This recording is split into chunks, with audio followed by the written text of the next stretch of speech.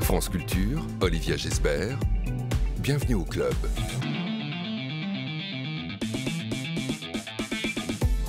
Bonjour à tous. L'entretien aujourd'hui de Bienvenue au club avec la romancière indienne Deepti Kapoor. Après Un mauvais garçon paru au Seuil, elle revient avec Age of Vice chez Robert Laffont, l'ère du vice, traduit de l'anglais par Michel Albaret-Maach et qui fait le portrait de la société et de ce pays, l'Inde d'aujourd'hui. 12h50, un club de lecture sur et avec les libraires, fidèles soutiens et compagnons de route depuis le début de cette aventure du tout premier book club de France Culture. On avait envie de leur consacrer une émission, rien qu'à eux, avec Nathalie Lacube du journal La Croix, Jean-Marie Ozanne, fondateur de la librairie Folie d'encre de Montreuil, et la jeune écrivaine Sarah Soquet, autrice des 1000 livres qui donnent envie de lire chez Glénat.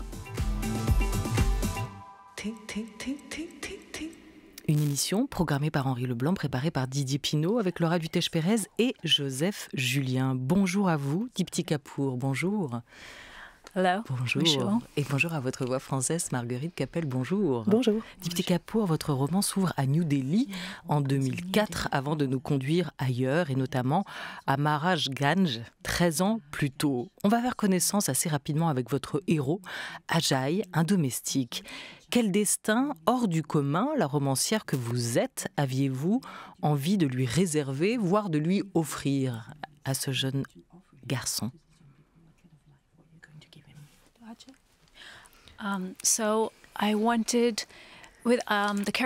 Avec le personnage d'Ajay, ce que je voulais faire,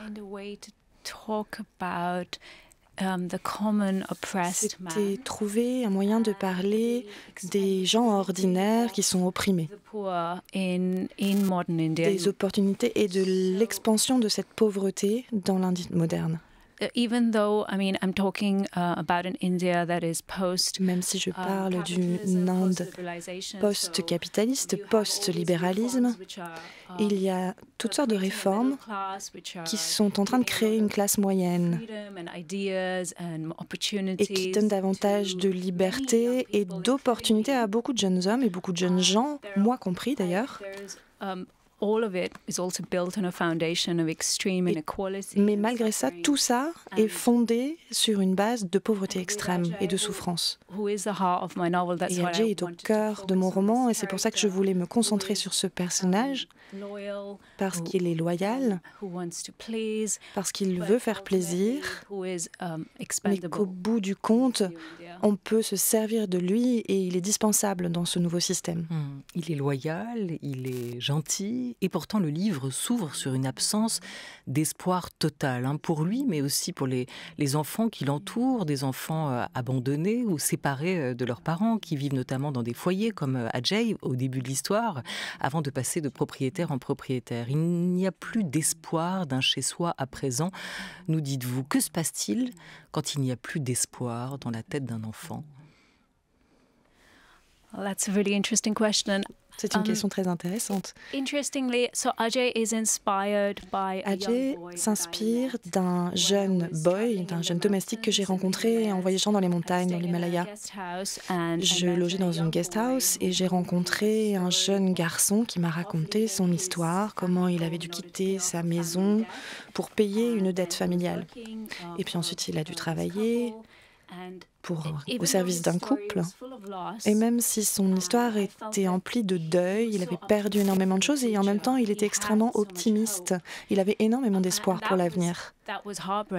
Et ça me brisait le cœur parce que il y a des millions de jeunes enfants, de garçons, de filles, d'hommes, de femmes comme lui, qui n'ont pas de place dans cette nouvelle Inde qui est en train de se développer. Comme je l'ai dit plus tôt, c'est une société qui change très rapidement et en même temps,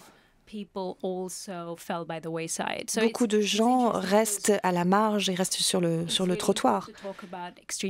Donc c'est très important de parler de ces inégalités extrêmes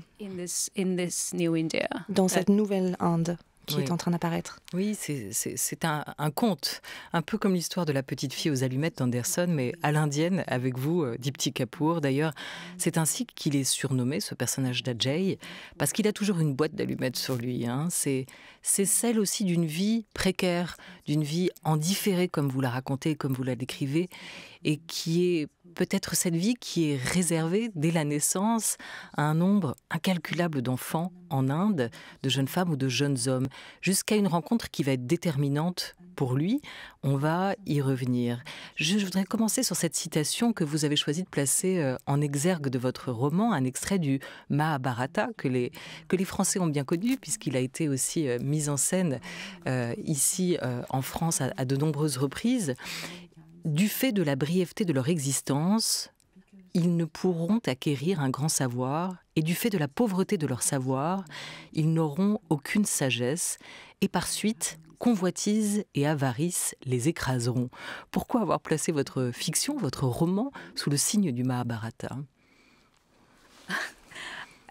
J'ai choisi cette citation il y a bien longtemps. Je pense qu'en tant que romancier, parfois, on oublie pourquoi on a fait telle ou telle chose. Mais je crois que j'ai fait ce choix parce que je voulais parler de la violence dans la société indienne. Je voulais aussi parler de l'hypocrisie de cette société. Je reviendrai à la citation, mais Kali Yuga, c'est donc l'ère du vice. Dans le calendrier hindou, astrologique hindou, nous vivons cette ère aujourd'hui, nous vivons à cette époque, et ça se traduit donc par l'ère de la corruption, de la décadence, du vice, de la misère. Et ce qu'il y a de bizarre, c'est que c'est une période qui est censée durer 14 000 ans et nous n'en avons vécu que 5 000 ans. Donc c'est une façon de dire que la société humaine va être corrompue et brutale pendant un certain temps. Et ça correspondait aussi au thème de mon roman. Oui, et puis le Mahabharata raconte l'Inde ancienne. Et pourtant, il y a des filiations avec cette Inde moderne, colossale, que vous nous décrivez et nous racontez dans ce roman. Finalement, très peu ou pas tant de choses ont changé, et notamment ce rapport au vice et à la vertu, comme vous l'évoquiez, mais peut-être aussi à la vérité et au mensonge. Quelle place a le mensonge aujourd'hui en Inde, ou la vérité, si vous préférez ?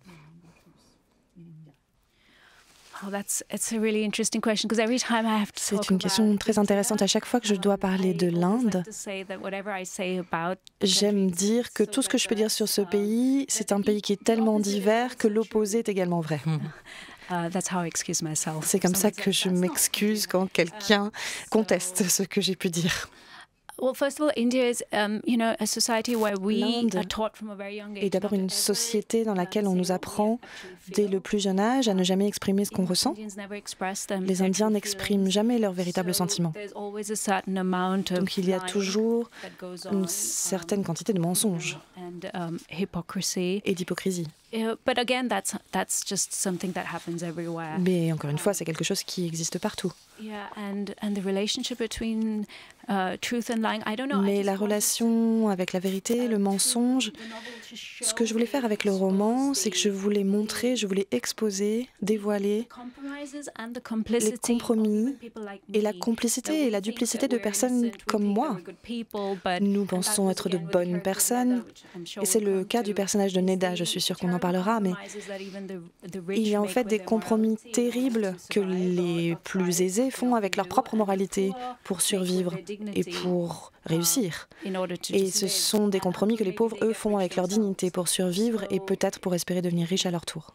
C'est donc une relation très étrange qu'on a avec la vérité. Mais alors du coup, quelle est la place du romancier ou de la romancière face à ces mensonges que vous racontez, cette hypocrisie comme enracinée presque dans les traditions du pays? Est-ce que vous vous faites, vous, un devoir avec vos romans de dévoiler une certaine vérité, d'être en tout cas peut-être sincère ou honnête avec ce double de vous-même?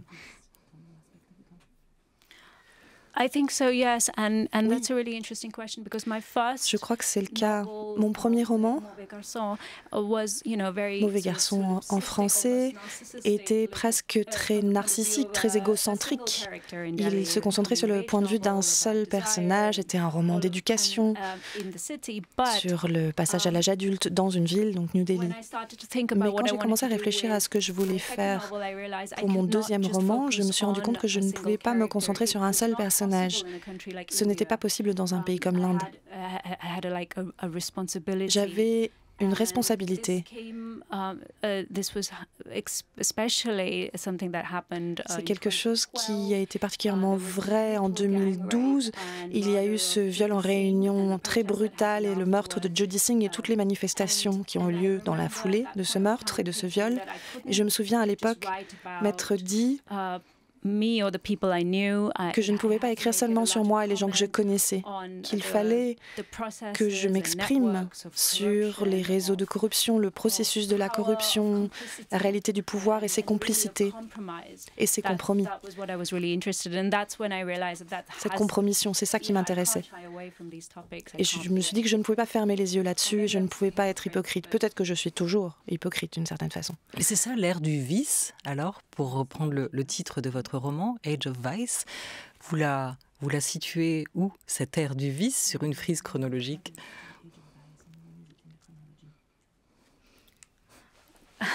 C'est tout le temps, c'est permanent.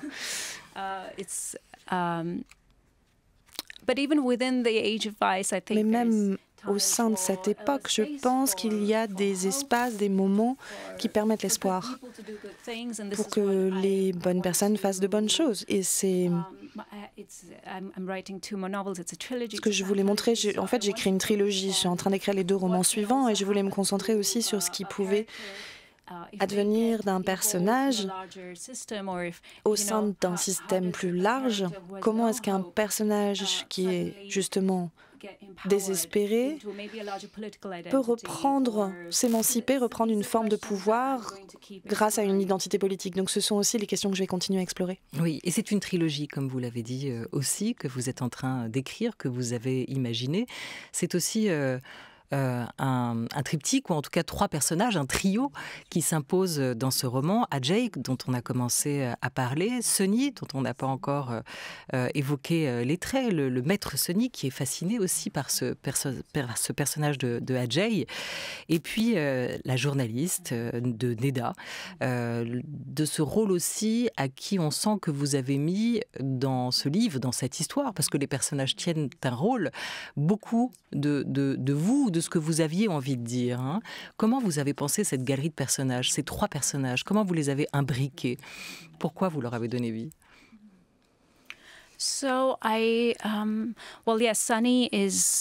Alors Sunny, c'est le fils de l'homme d'affaires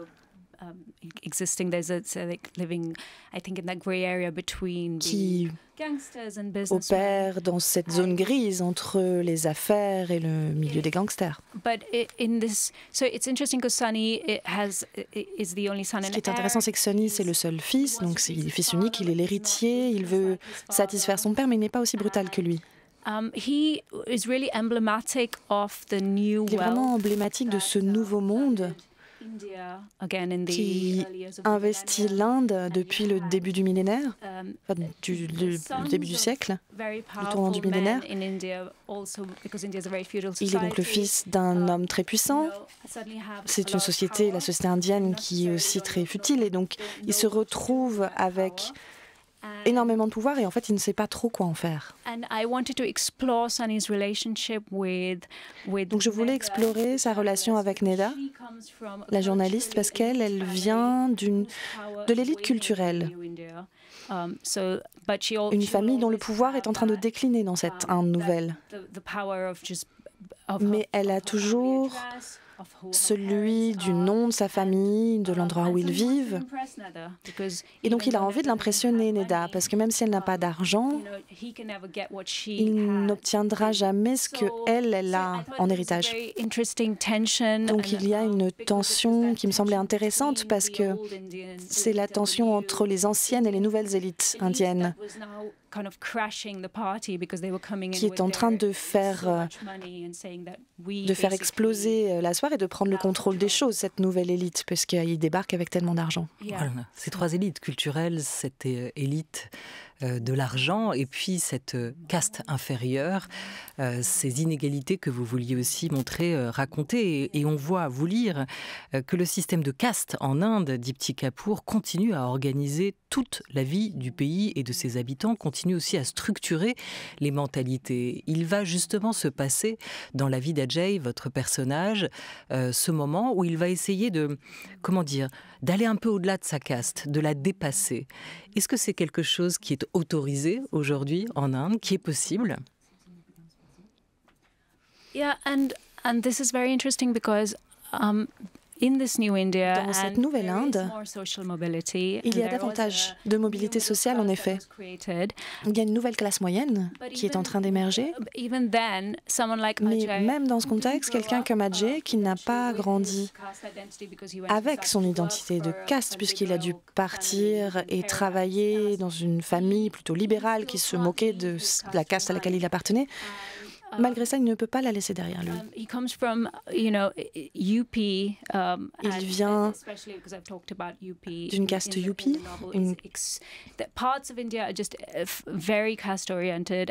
et d'une région surtout de l'Inde où on ne peut pas échapper à sa caste, qui est vraiment extrêmement gouvernée par les castes. Il y a d'autres endroits où c'est possible. Donc il y a beaucoup de tensions et de conflits en ce moment en Inde. Et il y a beaucoup de débats autour de l'identité, de la caste. Et on voit avec Ajay, et c'est le proverbe français, vous savez, qui dit l'habit ne fait pas le moine. C'est que même en prenant le costume de Sonny, il peut à un moment faire illusion, mais il est en permanence rattrapé par là où il vient. Et il a lui-même conscience du fait d'être un imposteur dans cette situation-là et de ne pas pouvoir lui-même en sortir. C'est un grand roman indien. Or, vous vivez aujourd'hui, Dipti Kapoor, à Lisbonne, au Portugal. Vous avez continué à y retourner régulièrement, comme une étrangère ou quand même comme une indienne? Quelle est votre place, vous, là-bas, quand vous vous y rendez? I only moved to Lisbon 4 years back. Je ne me suis installée à Lisbonne qu'il y a 4 ans. I feel all my life in India, toute ma vie en Inde, toutes les histoires que j'ai entendues. En fait, le fait d'être loin m'a aidé à écrire le livre parce que je crois que je peux être plus radicale dans mes opinions politiques. I feel completely Indian. Je me sens totalement indienne. The only thing I have to make sure is that when I go back is that il faudra I can go que and eat all the street food and je not get sick. veille à faire attention quand je mange dans la rue, quand je rentre, parce qu'évidemment je pourrais tomber malade, c'est peut-être le seul problème maintenant. Je me suis déshabituée. Et puis à Delhi aussi, on peut se retrouver à marcher en plein milieu de la circulation. Et c'est très important pour moi de garder ces compétences-là, être capable de traverser une circulation dense à Delhi, ça me rend indienne. Votre précédent roman, vous l'aviez écrit en Inde, du coup, oui. Et là, oui, vous sentez la différence entre les deux, dans la manière aussi que vous avez de regarder ce pays qui est le vôtre, d'en voir à la fois les qualités et les défauts, et de prendre du recul par rapport à cette situation-là. Yeah, absolutely. I think I had my first book was written. Mon premier livre, je l'ai écrit entre Delhi et Goa. It was written at a time when I didn't have much access Je l'ai écrit à une période où je n'avais pas beaucoup accès à Internet. In this very sort of simplified life. Je vivais une vie extrêmement simple, réduite à l'essentiel. I was reading a lot. I remember being extremely influenced by Marguerite Duras. Je me souviens d'avoir été très influencée par Marguerite Duras. And I think I needed to get that first novel out. Et je crois que j'avais besoin de sortir ce premier roman de moi, cette jeune femme qui explore le désir, le sexe. Et ensuite, je me suis dit que j'étais prête à examiner la réalité économique, sociale, politique de mon pays, la situation qui est la nôtre, mais aussi, encore une fois, à travers la vie de ces trois personnages, qui me permettent de m'interroger sur le pouvoir, sur la corruption, sur ces réseaux, ces processus, mais à travers une histoire qui devait être excitante et qui devait donner envie de tourner la page. Comment les livres sont entrés dans votre vie, à vous, Deepti Kapoor? I read, but not that much. Je lisais, mais enfin, Marguerite Duras, quand même. Hein. Yeah. Again, I moved to Goa. Je me suis installée à Goa un peu avant d'avoir 30 ans. Quand j'ai arrêté d'être journaliste, je me suis mis à enseigner le yoga, à pratiquer le yoga. J'ai vécu dans un petit appartement au bord d'un fleuve et j'allais à la librairie du coin et je prenais tout ce que je trouvais. They had all of Duras et ils avaient tous les livres de Marguerite Duras à la bibliothèque du coin, pardon. J'ai été obsédée par elle et c'est comme ça que ma relation avec la lecture a démarré.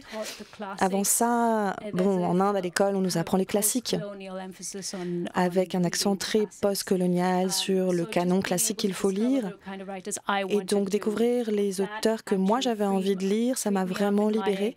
Ça m'a libérée dans ma manière de réfléchir et ça m'a rendu capable aussi de me dire que je pouvais moi aussi peut-être essayer d'écrire un roman. Donc c'était très important pour moi cette relation et cette découverte des auteurs qui me plaisaient à moi. Oui, justement. Et lesquels? Parce que vous êtes avec cette influence de Marguerite Duras, presque une romancière française dans la manière dont elle a pu vous influencer, ce que vous évoquiez. Mais est-ce qu'il y a aussi une tradition littéraire en Inde dans laquelle vous aviez envie de vous inscrire, une sorte de fierté littéraire que vous aviez envie de retrouver avec vos romans, ou est-ce que l'Inde est juste le cadre de votre histoire? L'Inde sera toujours le sujet sur lequel j'écris, parce que je ne connais rien d'autre. Mais en termes de structure, de style, je suis très influencée par la littérature ou les romanciers français, américains, Svetlana Alexievich, Bolaño. Ils viennent de partout dans le monde, les romanciers japonais aussi, et les films également, le cinéma français. Audiard. Les inspirations culturelles, les films, mes inspirations sont de partout. Mais le contexte, par contre, ce sera toujours l'Inde. Ouais.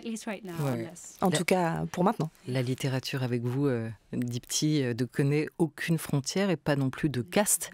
France Culture, il est 12h24. On écoute un extrait d'une musique assez belle, vous allez voir, jouée, orchestrée par l'Orchestre national de jazz.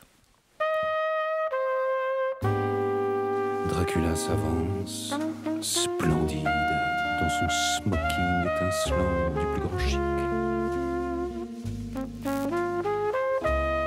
Ses cheveux gominés révèlent sa longue crinière noire. Il lance la ballade la plus sensuelle qui soit, commandant à Ululu la chouette trompettiste de recouler à la hauteur de son amour.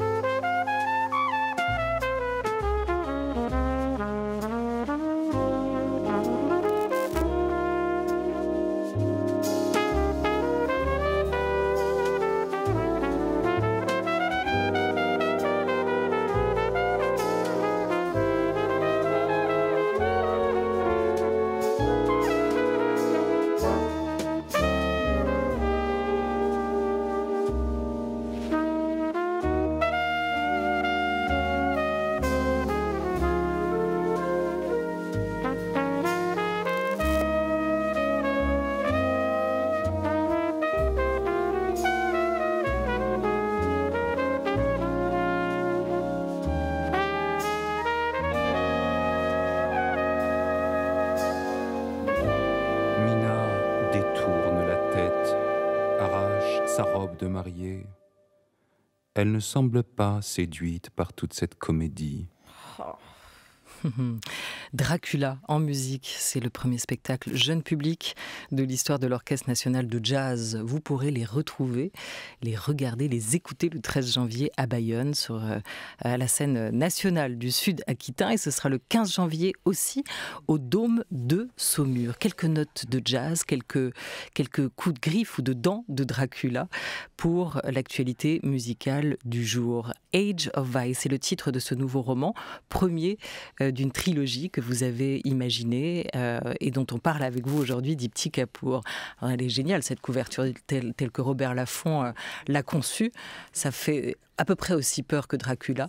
Ça découline, ça explose, et on comprend qu'il va se passer dans ce roman énormément de choses pour ces personnages. Répète après moi, rien ne vaut son chez-soi, dit le père adoptif de Ajay. Qu'est-ce que vous faites, Dipti Kapoor, quand vous avez le mal du pays? I make some Indian food. Je prépare des plats indiens. Some dal. Je cuisine. Je fais un dal, un plat de lentilles. Have it with some rice and pickle. Et puis je mange avec du riz, avec des pickles. Or I call up my mother. Ou j'appelle ma mère. And she gives me all the gossip. Elle me partage, elle me transmet tous les ragots. Et vous les mettez dans vos prochains romans. Ouais. Oh yeah, all of it. Yeah. Oui, absolument. Tous les ragots. Of information. There's always things going on. Ma mère est toujours une source d'information. Il se passe toujours quelque chose. Voilà, même s'ils ne sont pas directement sourcés. À 12h50 dans le Book Club aujourd'hui avec vous, Sébastien Thème. Bonjour. Bonjour, la magie de la librairie. Racontez-nous comment vos libraires vous ont ouvert à des mondes littéraires nouveaux. Et dites-nous, est-ce que votre libraire a changé votre vie? C'est une belle question. Hashtag Book Club Culture. Vous avez quelle relation avec votre librairie Dipti Kapoor à Lisbonne aujourd'hui? Est-ce que c'est un lieu, la librairie, la bibliothèque, où vous aimez aller, aimez vous rendre? Bookshops are super important. Les librairies sont extrêmement importantes pour moi. One thing I do actually miss in Lisbon is Il y a quelque chose qui me manque à Lisbonne, c'est qu'il n'y a pas de bonne librairie anglophone. I think it's really important to just be able to go to a bookshop. Et je crois que c'est très important de pouvoir aller dans une librairie et de regarder au hasard. Et c'est quelque chose qu'on ne peut pas faire évidemment sur Amazon. Flâner dans les rayons, découvrir de nouveaux écrivains, de nouveaux pays. C'est très important. Et c'est pour ça qu'il faut venir à Paris, où vous trouverez notamment la librairie Shakespeare, avec tous les livres que vous souhaitez embarquer avec vous et ramener à Lisbonne. Merci mille fois à vous, Dipti Kapoor. Merci d'avoir été avec nous. Age of Vice, l'ère du vice. Votre nouveau roman vient de paraître chez Robert Laffont. Merci.